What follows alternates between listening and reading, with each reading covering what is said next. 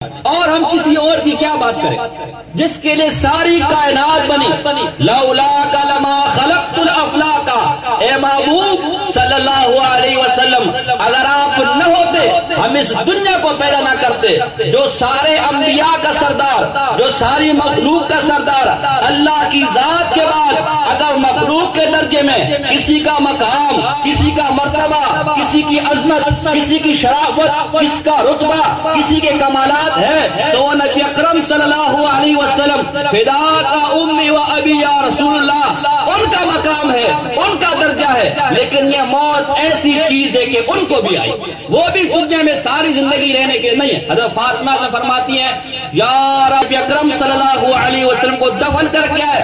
حضرت فاطمہ رضی اللہ تعالی عنہ حضرت علی سے سوال کرتی ہے یا ابا الحسن الدفنتم رسول اللہ صلی اللہ علیہ وسلم، کیا تم نے نبی اکرم صلی اللہ علیہ وسلم کو دفن کر دیا؟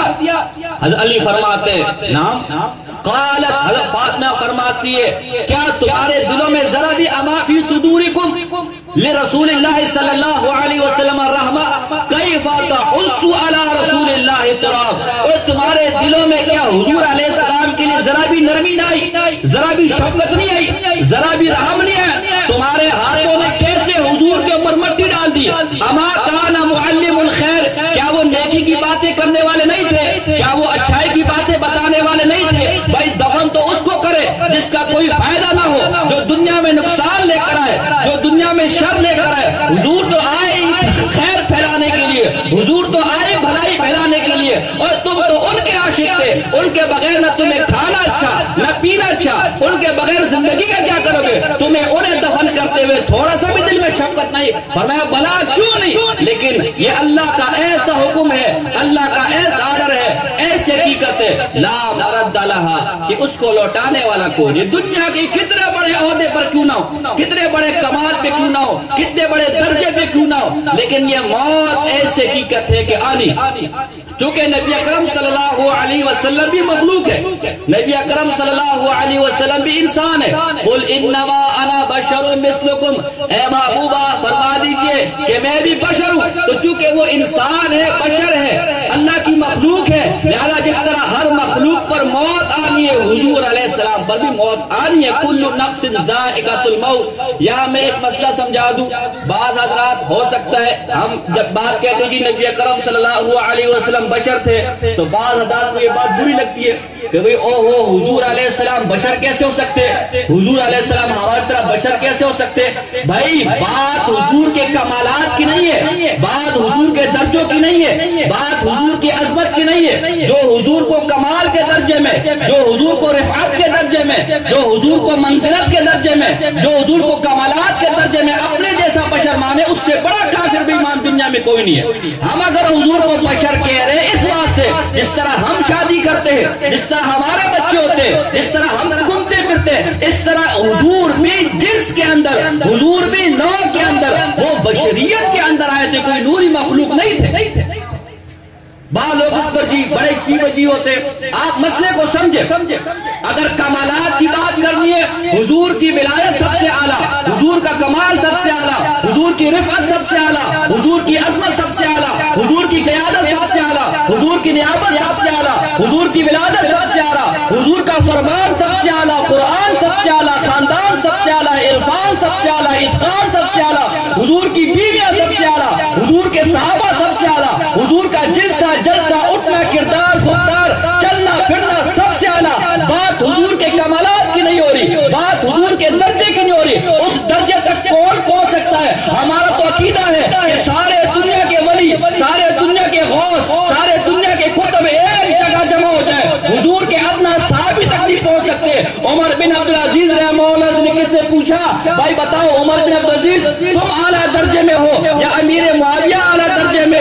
عمر بن عبدالعزیز نے فرمایا کہ امیر معاویہ حضور کے صحابی ہے. خدا کی قسم امیر معاویہ جہاد میں حضور کے ساتھ جس گھوڑے پر سوار ہوئے اس گھوڑے کی ناک میں جو دھول گھسی ہے عمر بن عبدالعزیز اس دھول کے برابر بھی نہیں ہو سکتا. ہم تو کہتے ہیں حضور کے تک پہنچنے کی تو بہت دور کی بات، حضور کو اپنے جیسا سمجھنے کی بہت دور کی بات. ہم کمال کی بات نہیں کر رہے، ہم رفعت کی بات نہیں کر رہے. جو کمال میں حضور کو اپنے جیسا مانے، جو رفعت میں حضور کا اپنے جیسا مانے، جو کمالات میں عظمت حضور کو اپنا جیسا مانے، اس سے بڑا بے ایمان کوئی نہیں ہے۔ ہم تو یہ کہتے کہ بھائی اپنے جیسے بشر کہنے کا مطلب یہ کہ جس طرح ہم کھاتے ہم پیتے ہمارا خاندان ہے، حضور پہ ایسی خاندان رکھنے والے تھے۔ نوری مخلوق کھاتی نہیں ہے، نوری مخلوق کا خاندان نہیں ہوتا۔ کبھی آپ نے سنا ہے کہ جی جبرائیل علیہ السلام کی معاذ اللہ شادی ہے؟ نوری مخلوق ہے نا، کبھی سنا ہے یا کہ فلاں جو ہے وہ جبرائیل علیہ السلام کے بیٹے؟ کبھی ایسی بات سنی ہے؟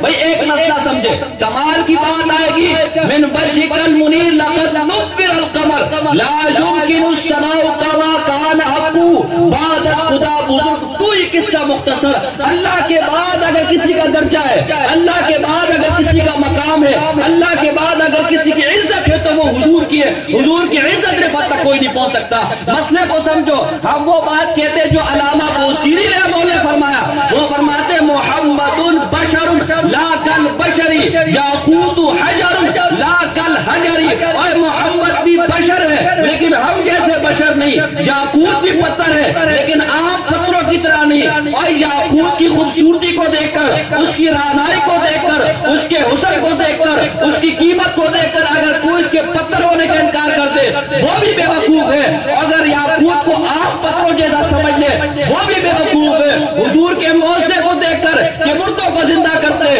حضور کے معجزے کو دیکھ کر کہ ایک اشارے سے چاند کے 2 ٹکڑے کر دیتے، حضور کے معجزے کو دیکھ کر کھارے پانی میں تھوکتے ہیں تو میٹھا ہو جاتا ہے، حضور کے معجزے کو دیکھ کر پانی میں انگلیاں ڈبوتے چشمے نکل آتے ہیں۔ حضور کے ان معجزوں کو دیکھ کر کوئی حضور کی بشریت کا انکار کر دے وہ بھی بیوقوف ہے، اور حضور کی بشریت کو دیکھ کر کوئی عام بشر مانے وہ بھی بیوقوف ہے۔ تو بھائی بات سمجھ آ رہی کہ نہیں آ رہی؟ بات صرف یہ ہے، بشر کہنے سے ہرگز یہ مراد نہیں ہے کہ معاذلہ جیسے ہم بشر ہیں، ہم گناہگار ہیں، ہم پلیت ہیں، الیاذ باللہ معاذلہ حضور بھی ایسے۔ اس بات کو سمجھے، بعض لوگ کہتے ہیں جی قرآن کہتا ہے، اگر حضور کو یہ میں عقیدے کا مسئلہ سمجھا کے آگے نکل رہا ہوں۔ قرآن اگر یہ بشر کہنا، بشر ماننا، بشر سمجھنا حضور کو گستاخی ہوتی، قرآن کبھی بھی قل انما انا بشر مثلکم نہ کہتا۔ یہ تو قرآن کیا ہے؟ بھئی کوئی اعتراض ہے قرآن پر کرے، کوئی اشکال ہے قرآن پر کرے، ایک ساتھ کہنے لگے جی یہ تم کہہ دو، میں کہہ دو آدھے سے زیادہ قرآن کافروں کے بارے میں اترا ہے، نہ مانے۔ قل یا ایھا الکافرون، اے کافرو تم کہہ دو ہے کہ میں اس کی جس کی تم عبادت کرتے ہو میں اس کی عبادت، تو کیا اب یہ حکم کافروں کے لیے ہمارے لیے نہیں ہے؟ اور بھئی قرآن اگر تو نے کبھی کتاب پڑھی ہوتی تجھے پتہ ہوتا قرآن نازل تو خاص موقع پر ہوتا ہے لیکن حکم عام ہوتا ہے۔ کافروں کے لیے کوئی بات نازل ہوئی ہے، اگر کسی عقیدے کا رد ہے، کسی کے عقیدے کا اس بات ہے تو وہ ہمارے لیے بھی ہے، اگرچہ اس موقع مال کو دیکھ کر وہ کافروں کے بارے میں نازل ہوئی۔ بات سمجھے کہ نہیں سمجھے؟ اور پھر دیکھیں چلے یہاں تو میں مان لیتا ہوں کہ کافروں کے بارے میں کیا بقول آپ کے بخاری کی حدیث ہے، ام سلمہ رضی اللہ تعالیٰ عنہ سے نبی اکرم صلی اللہ علیہ وسلم فرما رہے کہ بھئی بعض لوگ میرے پاس جھگڑے لے کر آتے، مجھے پتہ نہیں ہوتا کس میں حق پر کون ہے، فَإِنَّمَا أَنَا بَشَرٌ مِثْلُكُمْ۔ اب بتائیں یہاں کافروں کا جو صحابہ معاذ کافر تھے الیاذ باللہ۔ اما عائشہ کی حدیث ہے کانا بشرا من البشر، حضور دیگر بشروں کی طرح ایک بشر تھے، لیکن مقام کی بات نہیں۔ ایک آدمی کہنے لگا اچھا اگر حضور ہمارے جیسے بشر ہے تو تم ان سے کہو کہ جی ذرا کنویں میں تھوک کر دکھاؤ کنواں میٹھا ہوتا ہے کہ نہیں ہوتا۔ میں نے کہا بے وقوف عقل کو ہاتھ لگا۔ نواز شریف ہماری طرح انسان ہے، چلے میں کسی کا نام لیتا یعنی جو ملک کا وزیر اعظم ہے، ملک کا صدر ہے، وہ ہماری طرح انسان ہے کہ نہیں؟ اب کوئی اعتراض کرے یہ آپ بھی ذرا ایک آرڈر دے کر تو دکھائیں، آپ بھی ذرا ایک حکم جاری کر کے تو دکھائیں، وہ تو انسان نہیں بے وقوف۔ آرڈر اس کا کمال ہے، اس کا اختیار ہے، اس کا مقام ہے، اس سے اس کا انسان ہونے سے انکار نہیں آ رہا۔ بشر حضور کی جنس ہے، حضور کی نوع ہے، اور پانی کو میٹھا کرنا اس کا کمال ہے۔ کمال میں کون برابری مانتے ہیں؟ کمال میں تو ہم کہہ چکے کہ حضور کو بہت دور کی بات، ادنا سے ادنا صحابی کے کمال تک بھی کوئی نہیں پہنچ سکتا، چل جائے کہ حضور کی ذات تک کوئی پہنچے۔ بات سمجھ آ رہی کہ نہیں آ رہی؟ آگے چلے